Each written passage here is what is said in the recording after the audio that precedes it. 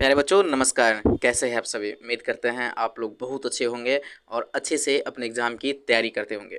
प्यारे बच्चों हम लोग 7.1 पढ़े। प्यारे बच्चों हम लोग 7.2 पढ़े, लेकिन 7.2 में जैसे कि 7.1 में सिर्फ एक पॉइंट है, वो है दूरी सूत्र। दूरी सूत्र पे सभी क्वेश्चन बन जाते हैं। और 7.2 में जिसे आप लोगों को पता है जैसे विभाजन सूत्र है, विभाजन सूत्र है, उसी प्रकार इसमें एक और पॉइंट आता है, वह है मध्य बिंदु का। क्या आता है बाबू? मध्य बिंदु का। तो मध्य बिंदु जानना भी बहुत ज़रूरी है, ताकि हम लोग 7.3 में कुछ ऐसे क्वेश्चन है उसको बना सके। और बहुत सारे एग्ज़ाम में, खास करके क्लास 10 के एग्जाम में, ऑब्जेक्टिव में मध्य बिंदु वाला बहुत सारे ऑब्जेक्टिव क्वेश्चन पूछे जाते हैं। तो प्यारे बच्चों आज हम लोग 7.2 का दूसरा पार्ट लेके आए हैं। पहला पार्ट अभी तक आप नहीं देखे हैं, विभाजन सूत्र नहीं देखे हैं, तो चैनल को विजिट कीजिए, सपोर्ट कीजिए। क्लास 10th का एग्ज़ाम अगर 2027 में आप देना चाहते हैं और चाहते हैं मैथ में 90+ मार्क आपका आए, इसमें कोई दिक्कत नहीं हो, तो प्यारे बच्चों अभी से लेकर एग्ज़ाम तक हम आपके साथ हैं, आपके साथ रहेंगे, हर पल रहेंगे, हर वक्त रहेंगे।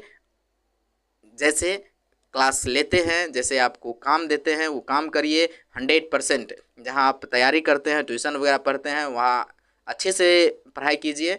और हेल्प के लिए हम आपके साथ हैं, जिसमें दिक्कत हो रही है उसके लिए हम आपके साथ हैं, और एग्ज़ाम तक हम आपके साथ रहेंगे, रिजल्ट तक हम आपके साथ रहेंगे।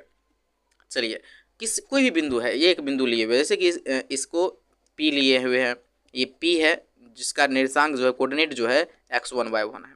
दूसरा Q लिए हुए हैं, x2 y2 है। अगर इसके कोई मध्य बिंदु है, इसका कोई मध्य बिंदु O है, तो O का कोऑर्डिनेट क्या होगा? x1 प्लस x2 होगा और y1 प्लस y2 होगा। बात समझ रहे हैं? मतलब x1 प्लस x2 बटे 2 और y1 प्लस y2 बटे 2, ये आपका दो कोऑर्डिनेट बन जाएगा। इसमें बहुत सारा क्वेश्चन आता है, ऐसा नहीं है क्वेश्चन नहीं आता, बहुत सारा क्वेश्चन आता है। अभी हम लोग क्वेश्चन देखेंगे और बनाने की, सीखने की प्रयास करेंगे। अब इसमें क्वेश्चन कैसे बनता है, कैसे क्वेश्चन बनाया जाता है, उसको आप लोग समझिए। जैसे याद देख लीजिए, मध्य बिंदु का जो निर्देशांक है वह x1 प्लस x2 बटे 2 और y1 प्लस y2 बटे 2। अभी तक हम लोग 7.1 में दो पार्ट वीडियो बना, जिसमें हम लोग दूरी सूत्र का सभी क्वेश्चन, जितना भी क्वेश्चन था वो क्वेश्चन हम लोग देखे। इसके बाद हम लोग 7.2 पढ़ रहे हैं। अभी 7.2 में अभी तक दो वीडियो बन चुका है, ये तीसरा पार्ट है। ये तीसरा पार्ट है। इन दो वीडियो में हम लोग विभाजन सूत्र पढ़े, विभाजन सूत्र पूर्णतः पढ़े। अभी इसमें हम लोग मध्य बिंदु पढ़ेंगे। क्या पढ़ेंगे? मध्य बिंदु पढ़ेंगे, मध्य बिंदु का सूत्र पढ़ेंगे। इसके बाद क्या होगा, 7.2 का एक और पार्ट आएगा, चौथा, जिसमें जितने भी बड़े बड़े क्वेश्चन है उसको हम लोग बनाएंगे। इसके बाद 7.3 जिसका आप लोग का इंतजार था, वो है त्रिभुज के क्षेत्रफल। बात समझ गए? तो ये अभी देखिए मध्य बिंदु कैसा है, क्वेश्चन क्या क्या है समझिए। एक बहुत सुंदर क्वेश्चन है, क्वेश्चन लिए हुए, एक बिंदु A B C D coordinate देख लीजिए, एक समानांतर चतुर्भुज के शीर्ष इसी क्रम में है, तो P का वैल्यू निकालिए। देखिए एक समानांतर चतुर्भुज हम लोग बना लेते हैं। इसका A है 6 1, B है 8 2 है, C जो है वह 9 4 है और D जो है वह P3 है। P का कोऑर्डिनेट निकालना है। एक चीज़ आप देख रहे हैं, यहाँ P का वैल्यू हमको निकालना है। तो P का वैल्यू इसमें निकालने के लिए एक चीज़ हमको याद रखना है प्यारे बच्चों। समांतर चतुर्भुज में क्या होता है, इसमें अगर हम डायगोनल बनाते हैं, क्या बनाते हैं बाबू? जैसे ही इसमें हम डायगोनल बनाते हैं, तो ये डायगोनल क्या हो जाएगा आपस में, इसका जो मध्यबिंदु है ये वाला तो सेम जगह कटिंग करेगा, सेम जगह में, इसमें तो बराबर होगा ये दोनों पॉइंट। ये वाला पॉइंट जो है ये इसके लिए भी और इसके लिए भी सेम जगह होगा, सेम जगह कटिंग कर रहा है। तो इसका मतलब हम ये कह सकते हैं ना, जो ए सी का जो मध्य बिंदु है,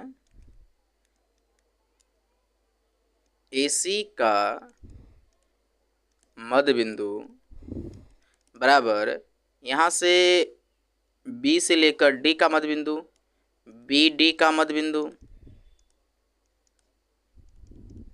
जब ये दोनों बराबर है बाबू, जब ये दोनों बराबर है तो हम कह सकते हैं ना, अगर हम AC लेते हैं तो A का कोऑर्डिनेट x1 y1 हो जाएगा, C का कोऑर्डिनेट x2 y2 हो जाएगा। मतलब क्या, x1 प्लस x2, 6 प्लस 9 बटे 2 कॉमा y1 प्लस y2 मतलब 1 प्लस 4 बटे 2। मैं समझ रहे हैं बराबर। अब बी डी है तो बी का हो जाएगा x1 y1 ये हो जाएगा x2 y2 तो 8 प्लस पी बटे 2 कॉमा यहाँ 2 है तो 2 प्लस 3 बटे 2 तो ये फार्मूला हो गया क्या चीज़ x1 प्लस x2 बटे 2 x1 प्लस x2 बटे 2 x1 प्लस x2 बटे 2। ये दोनों क्या हो गया दोनों जो डायगोनल है विकर्ण है उसका जो बिंदु है मध्य बिंदु है वो दोनों क्या होगा बराबर होगा। अब देखिए 9 से कितना हो गया 15/2 कॉमा यहाँ कितना हो गया 4 1 5 बटे कितना हो गया 2। अब इधर आता है ये 8 प्लस 2 है 8 प्लस 5 पी है बटे 2 कॉमा 3 2 5 बटे कितना हो गया 2। अब इस क्वेश्चन में हम लोग कह सकते हैं ना जो ये जो है इसके इक्वल हो ये जो है इसके इक्वल है 5/2 आपस में इक्वल होंगे। बस समझ गए मैकेनिक मतलब इसका जो पहला है वो इसके पहला के इक्वल होगा ये वाला जो है ये वाला के इक्वल है ये तो है ही। तो हम कह सकते हैं 15/2 बराबर 8 प्लस पी बटे 2। इसको हम लोग क्या करेंगे क्रॉस गुना कर देंगे या ये 2 नीचे से 2 कैंसिल हो गया तब 15 बराबर 8 प्लस कितना हो गया बाबू पी। यहाँ जो है 8 जो है इधर आएगा माइनस में आ जाएगा 15 माइनस 8 बराबर कितना हो जाएगा पी कितना हो गया 7 बराबर पी। तो पी का वैल्यू कितना निकल गया बाबू पी निकल गया मतलब पी का वैल्यू कितना निकल गया 7 निकल गया। तो कहने का मतलब ये है जो मध्य बिंदु का निशांक इस तरह से निकालते हैं।